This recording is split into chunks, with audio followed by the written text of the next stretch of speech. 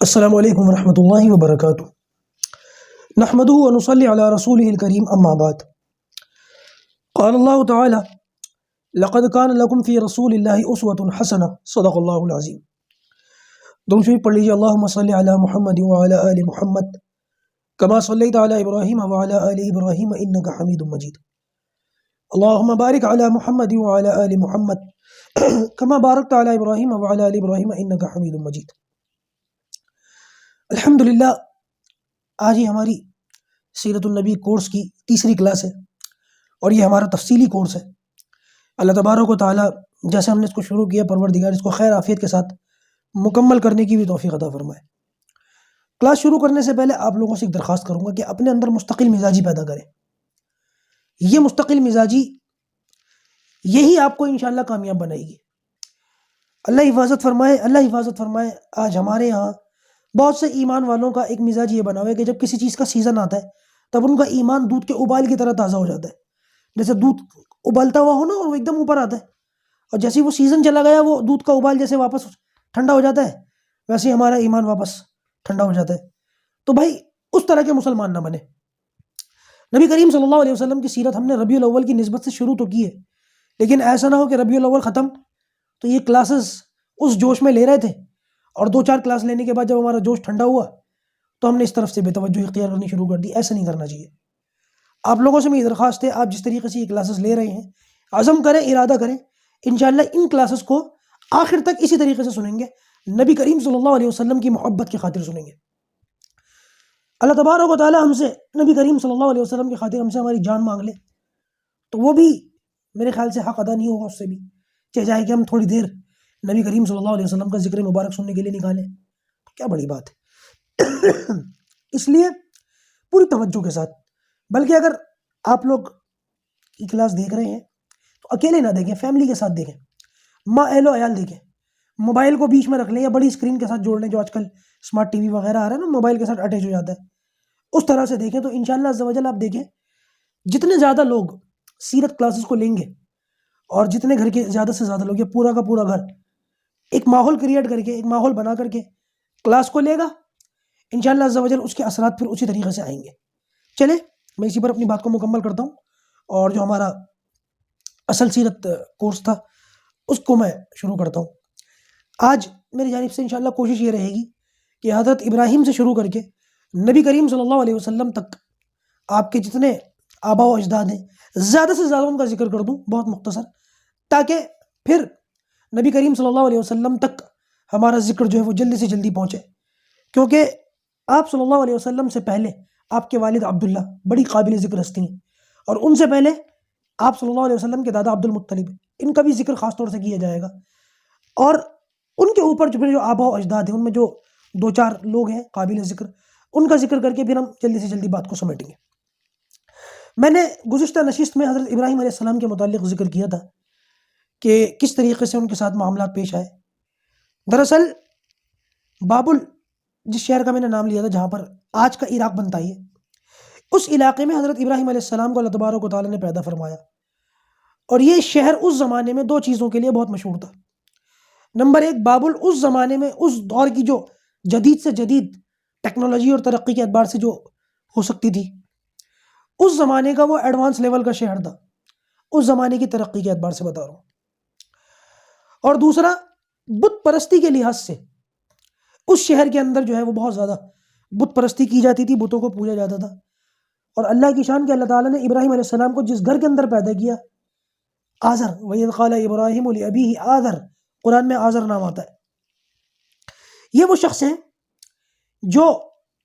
نہ صرف بتوں کی پوجا کرتے تھے بلکہ بتوں کو اپنے ہاتھوں سے بنا بنا کر کے ان کو بیچتے تھے، سوداگر تھے، اور یہی ابراہیم علیہ السلام کے والد بھی ہیں۔ ان کے متعلق یہ آتا ہے کہ ان کے ابراہیم علیہ السلام پیدا ہوئے اور یہ قوم ایسی تھی جو مطلب ہر چھوٹی بڑی چیز کی پوجا کرتی تھی، زمین آسمان چاند سورج ستارے وغیرہ وغیرہ۔ ابراہیم علیہ السلام نے ان کو دعوت دی، اپنے باپ کو بھی دعوت دی، یا ابت لا تعبد الشیطان ان الشیطان کان للرحمن عصیا۔ یہ ابراہیم علیہ السلام کی اپنے باپ کو دعوت ہے، آزر کو دعوت ہے۔ انہوں نے ابراہیم علیہ السلام کی دعوت پر کان نہیں دھرے، ایمان نہیں لائے۔ اسی طریقے سے ابراہیم علیہ السلام نے اپنی قوم کو دعوت دی، قرآن میں اس کا بھی ذکر ہے،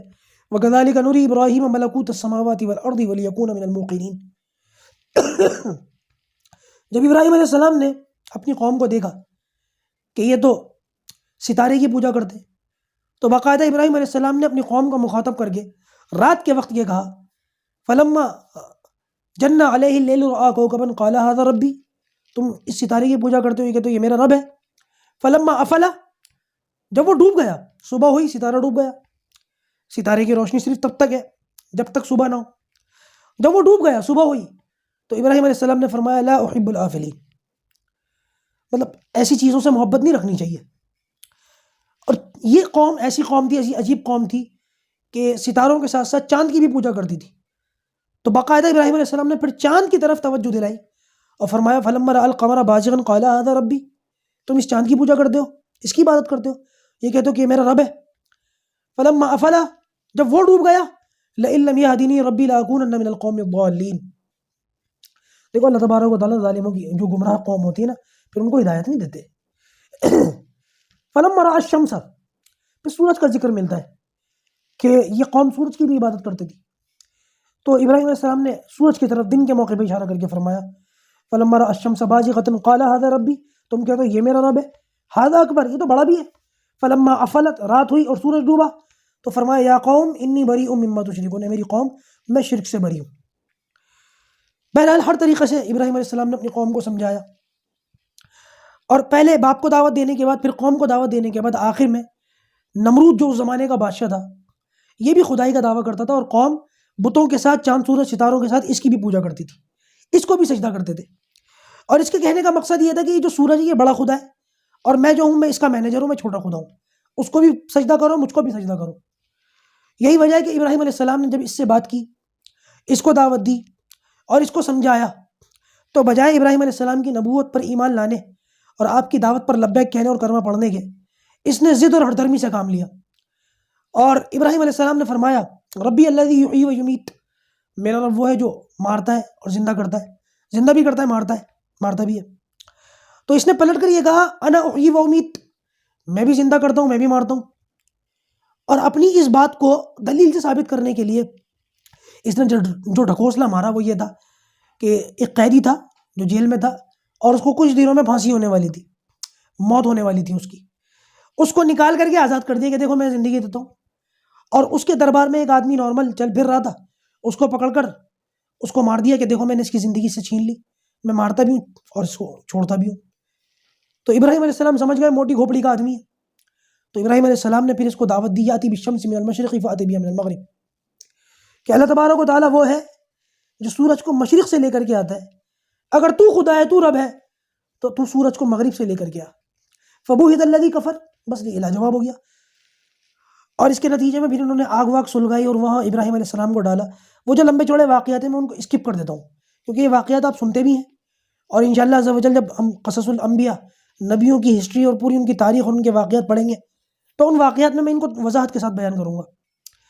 تو آگ سے بھی اللہ تعالیٰ نے ان کو بچا لیا۔ اس کے بعد ان کے پاس آخری رستہ یہی تھا کہ ابراہیم علیہ السلام کو اپنی بستی میں سے نکال دیا جائے، ان کا بائیکاٹ کر دیا جائے، اور ہوا بھی یہی کہ آپ یہاں سے چلے گئے۔ مکہ جو اس وقت کا حجاز تھا، وہاں پر ابراہیم علیہ السلام نے اپنے بیٹے کو چھوڑا، بیوی ہاجرہ کو چھوڑا، اور اپنی نبوت کی ذمہ داریوں کو پورا کرنے کے لیے شام چلے گئے۔ بیچ بیچ میں وقفے میں حضرت ابراہیم علیہ السلام مکہ آتے رہے۔ اس موقع پر بھی آئے جب بیٹے کو ذبح کرنے کا حکم اللہ تعالیٰ نے دیا، اور اس موقع پر بھی آئے کہ جب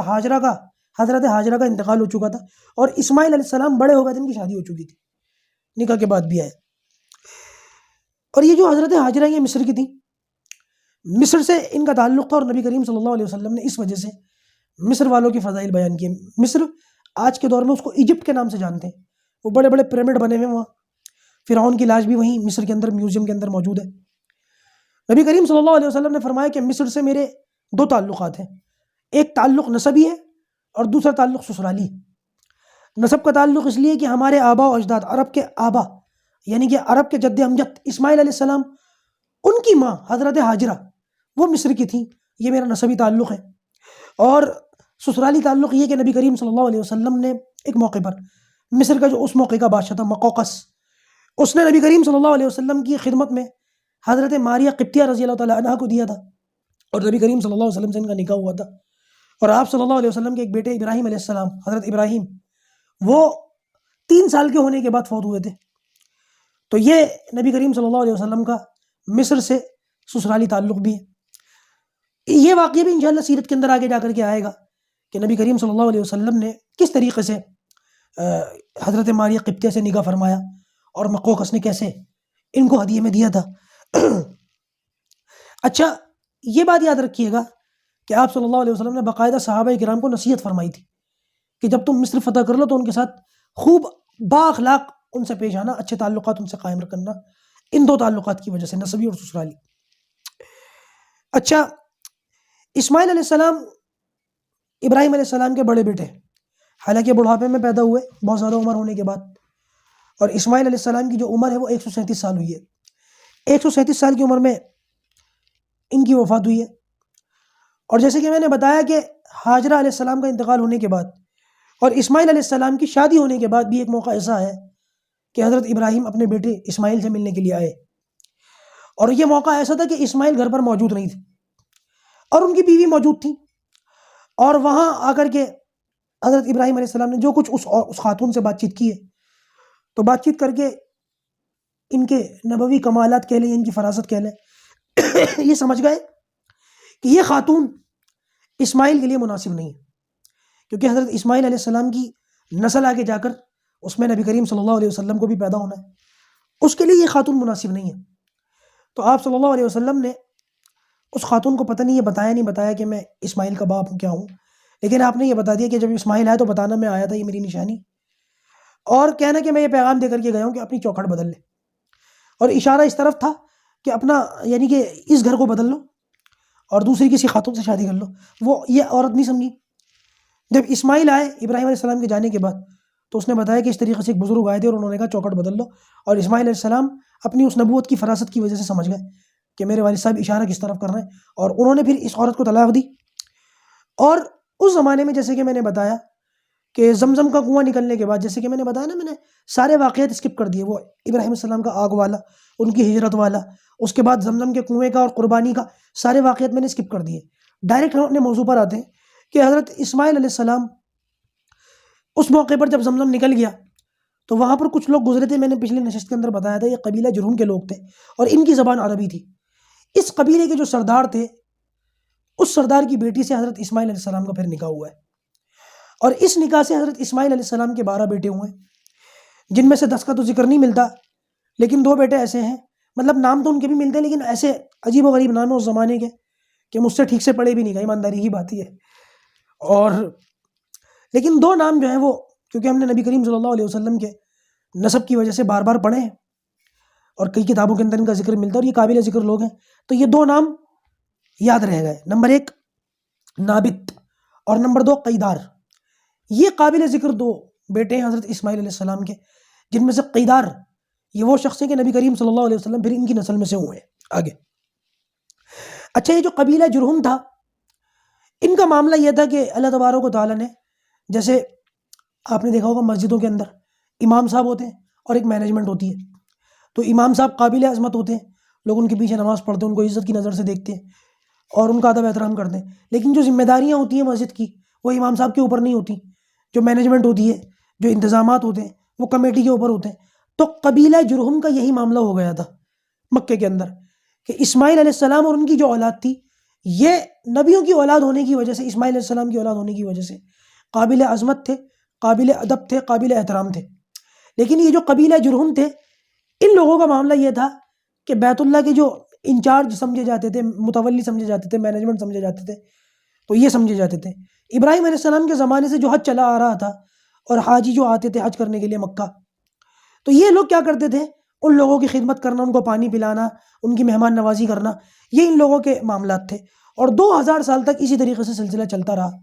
کہ اسماعیل علیہ السلام کی جو اولاد تھی وہ قابل عظمت تھی، قابل احترام تھی، لیکن قبیلہ بنو جرہم کے جو لوگ تھے، وہاں کی جو ذمہ داریاں اور مینجمنٹ تھی وہ ان لوگوں کے ہاتھ میں چلی آتی تھی۔ 2000 سال کے بعد معاملہ یہ ہوا کہ ان لوگوں کے اندر پھر خیانت آ گئی، بدمعاشی آ گئی، اور حاجیوں کی خدمت کرنے کے بجائے پھر ان کو پریشان کرنے لگے، پیسہ کمانے لگے اور ان کا سامان وغیرہ چوری کرنا، یہ اس قسم کی باتیں، جس کی وجہ سے حجاج کرام ان سے پریشان ہونے لگے اور بنو اسماعیل جو تھے وہ بھی بنو جرہم کی وجہ سے بہت زیادہ پریشان رہنے لگے۔ ان میں ایک شخص آتے ہیں بڑے زبردست، اسماعیل علیہ السلام کی آگے قیدار سے آگے جو نسل چلتی ہے، نبی کریم صلی اللہ علیہ وسلم کے 21ویں دادا، ان کا نام ہے عدنان، اور یہ بہت زبردست ہستی ہیں۔ اور نبی کریم صلی اللہ علیہ وسلم جو اپنا نسب بیان فرماتے تھے تو عدنان تک بیان فرماتے تھے، عبداللہ بن عبد المطلب بن ہاشم، اس طریقے سے اوپر جاتے تھے تو عدنان پر جا کر خود نبی کریم صلی اللہ علیہ وسلم رک جاتے تھے۔ اور آپ صلی اللہ علیہ وسلم نے ارشاد فرمایا کہ اس سے آگے جو بھی میرا نسب بیان کرتا ہے وہ جھوٹ بولتا ہے، اس لیے کہ نبی کریم صلی اللہ علیہ وسلم اگر نسب کے حصے کیے جائیں اللہ کے رسول سے آدم تک تو 3 حصے بنتے ہیں۔ پہلا حصہ اللہ کے رسول سے عدنان تک، دوسرا حصہ عدنان سے حضرت اسماعیل تک، اور تیسرا حصہ حضرت اسماعیل سے حضرت آدم تک۔ اور ان تینوں حصوں کے بارے میں نبی کریم صلی اللہ علیہ وسلم نے وضاحت فرما دی کہ مجھ سے لے کر عدنان تک کا جو نسب نامہ ہے وہ بالکل اوتھینٹک اور معتبر ہے، وہ سب کو یاد ہے، اور عدنان سے لے کے اسماعیل علیہ السلام تک جو نسب نامہ ہے اس میں کچھ نہ کچھ شک و شبہ ہے، اور اسماعیل علیہ السلام سے لے کے اوپر تک، اسماعیل اور ابراہیم علیہ السلام سے لے کے آدم تک جو معاملات ہیں وہ بالکل اس کے اللہ کے علاوہ کسی کو اس کے وہ علم میں نہیں ہے، لہٰذا اس متعلق جو کوئی بھی کہتا ہے کہ اس طریقے سے نسب ہے تو وہ سچا نہیں ہے، وہ جھوٹا ہے، یہ اللہ کے رسول فرما رہے ہیں۔ لہٰذا بنو جرہم سے پھر معاملہ یہ ہوا کہ اللہ تبارک و تعالیٰ نے وہاں بنو خزاعہ کو بھیجا، اور بنو خزاعہ نے جب ان کی بدماشیوں کو اور ان کی اس طریقے کی ان کے رویوں کو، ان کے معاملات کو دیکھا تو باقاعدہ پھر ان پر حملہ کیا بنو جرہم پر، اور ان کو وہاں سے پھر نکال دیا مکہ سے۔ اور مکہ سے جاتے ہوئے ان لوگوں نے پھر ایک بدماشی اور کی، وہ یہ کہ حجر اسود کو بیت اللہ سے نکالا اور زمزم کے کنویں میں ڈال دیا، اور کچھ سونے کے ہیرن ویرن اور کچھ سونے کی چیزیں ان کو بھی بیت اللہ سے نکالا اور ان کو بھی جو ہے وہ زمزم کے کنویں میں ڈال دیا، اور زمزم کا کنواں بند کر دیا، بالکل زمین برابر کر دی، اور یہی نہیں پتہ چلتا تھا کہ زمزم کا کنواں کہاں ہے۔ سینکڑوں سالوں تک زمزم کا کنواں بند رہا، آگے سیرت میں اس کا ذکر آئے گا کہ کیسے اللہ تبارک و تعالیٰ نے زمزم کا کنواں نبی کریم صلی اللہ علیہ وسلم کے دادا سے عبد المطلب سے سینکڑوں سالوں کے بعد پھر کھلوانے کا کام لیا، لیکن زمزم کا کنواں بند ہو گیا پھر کئی سالوں کے لیے، اور یہ لوگ بند کر کے چلے گئے۔ اور پھر جو بنو خزاعہ تھے جنہوں نے ان کو اچھی خاصی سزا دی اور ان کو بھگایا، 300 سال تک بنو خزاعہ پھر وہاں پر یہ ذمہ داریاں ادا کرتے رہے، اور 300 سال کے بعد پھر نبی کریم صلی اللہ علیہ وسلم کی اولاد میں، ان کی حضرت اسماعیل علیہ السلام کی اولاد میں اور نبی کریم صلی اللہ علیہ وسلم کے اجداد میں ایک شخص گزرے، قصی، اور یہ بہت بڑی ہستی تھے، اور بڑے ان کے یہ بڑے باکمال اور بڑے زبردست، بڑی صلاحیتوں والے، جیسے ہم کسی شخص کو آج کہتے ہیں نا آل راؤنڈر، ہر میدان میں ماہر، ان کے اندر یہ صفات تھی، اور اللہ تبارک و تعالیٰ نے ان سے بڑا زبردست کام لیا۔ دیکھیے وقت تقریباً پورا ہو چکا ہے، اور نبی کریم صلی اللہ علیہ وسلم کے آباء و اجداد کے متعلق جو کچھ باتیں ہوئیں آج ہم یہی قصی تک رکھتے ہیں، اور پھر انشاءاللہ عز و جل قصی سے جو آگے آپ صلی اللہ علیہ وسلم کا نسب نامہ ہے وہ اگلی نشست کے اندر جو ہے میں لے کر کے حاضر ہوں گا، بیان کروں گا۔ اللہ تبارک و تعالیٰ ہمیں سیرت پر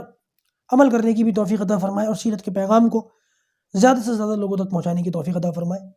السلام علیکم ورحمۃ اللہ وبرکاتہ۔